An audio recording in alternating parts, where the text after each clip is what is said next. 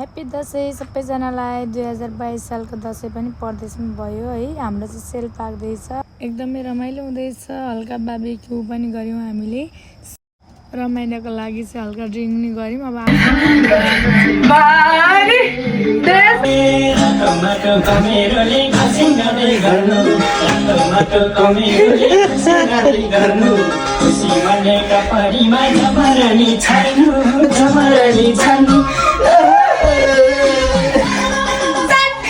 रातिको 3-4 बजे तास खेल्दैछौँ।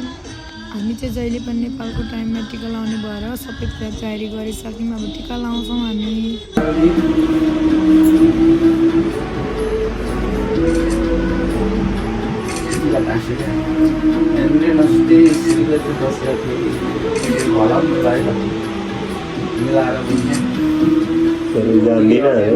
थोरै ल्याउनु जाने छैन। अब केरा गाँजेर गाँदिनु भाइको चाहना नि पुरा गरिदिनु।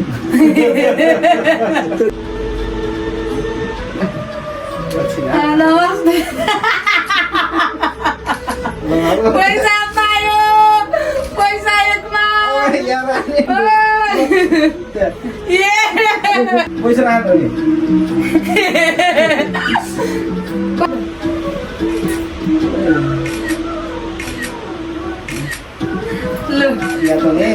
नमस्ते गर्नु बेला अझै अब प्रगति अझै ठुलो गर्दै जानु, बिजनेसम्यान बन्नु। अर्को साल चाहिँ भान्जालाई पनि ट्याक्क बारे बिचामा राखेर टिका लाउनु पाऊँ। अझै अब सजिलो कलेक्सनको साउनी हुनुभएको छ। सबै कुराहरू भिडियोमा राख्न सम्भव भएन, सो जति सके उति राखेको छु है। यसपालिको 2022 सालको दसैँ चाहिँ हाम्रो यस्तै भयो। हजुरहरूको कस्तो भयो? Thank you for watching my video.